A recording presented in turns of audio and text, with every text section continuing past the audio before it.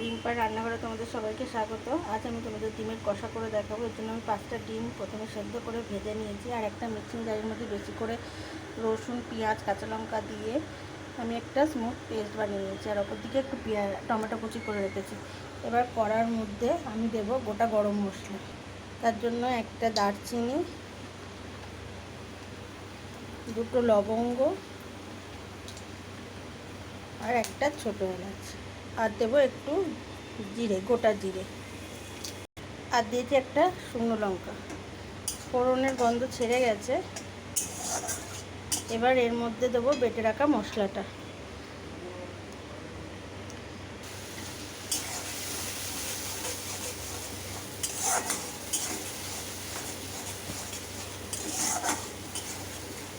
এবার আমি এতে দেবো একটু নুন। নুনটা তোমাদের মধ্যে স্বাদ মতো দেবে, আর দেবো অল্প একটু চিনি। এটাতে কিন্তু আমি একটু আদা ইউজ করিনি, শুধু রসুন, পেঁয়াজ, কাঁচা লঙ্কা, গোটা গরম মশলা দিয়েছি, দিয়ে এখন কষাবো। যেহেতু আমি এটাতে রসুন দিয়েছি তাই একটু কষাতে সময় লাগবে। এটা হালকা একটু ভাজা ভাজা হয়ে গেছে। এবার আমি কেটে রাখা কোচানো টমেটোগুলো দিয়ে দেবো।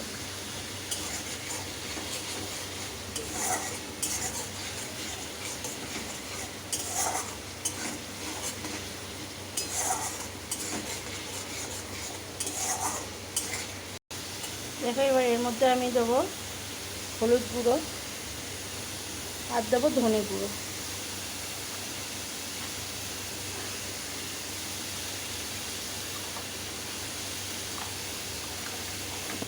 আর দেবো কাশ্মীরি লঙ্কার গুঁড়ো।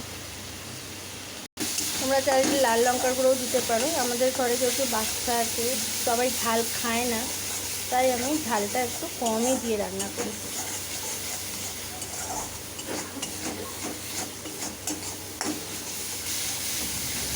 বারবার বলছি, নুনটা আর ঝালটা তোমরা তোমাদের স্বাদ মতো দিও।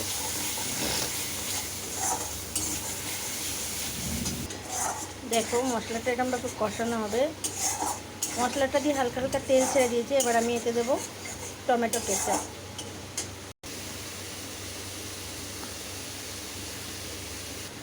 টমেটো কেচাপ দেওয়ার পর এখন একটু কষতে হবে।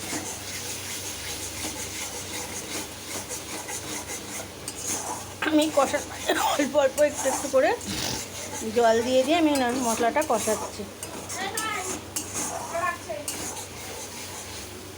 এবার আমি গ্যাসের স্টিমটাকে আস্তে করে একটু ঢাকা চাপা দিয়ে রাখবো। 5 মিনিট পর আমি ঢাকাটা খুলে দেবো।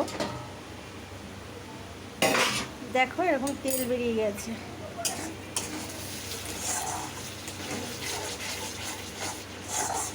এবার আমি ভেজে রাখা ডিমগুলো দিয়ে দেবো।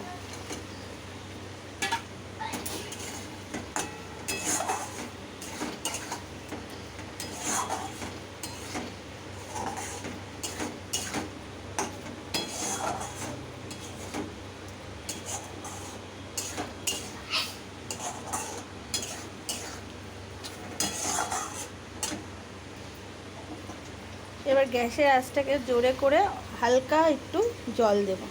জল দিয়ে আবার 5 মিনিটের জন্য ঢাকা দিয়ে দেবো।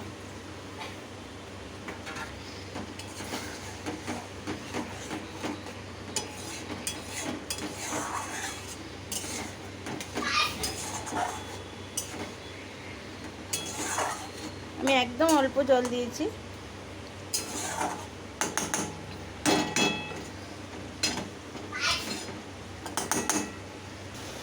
দেখো, এরকম তরকারিটা রেখেছি, কাইটা এরকম কাইটাই হবে।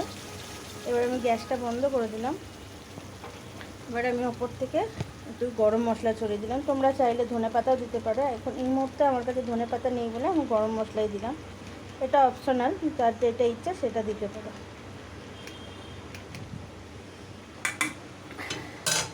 দেখো, দেখতে খুব সুন্দর হয়েছে, খেতেও খুব সুন্দর হয়েছে। অবশ্যই তোমরা ট্রাই করো আদা ছাড়া ডিমের কষা। ভালো লাগলে একটা লাইক, শেয়ার আর আমার চ্যানেলটাকে সাবস্ক্রাইব করে দেবো। ধন্যবাদ।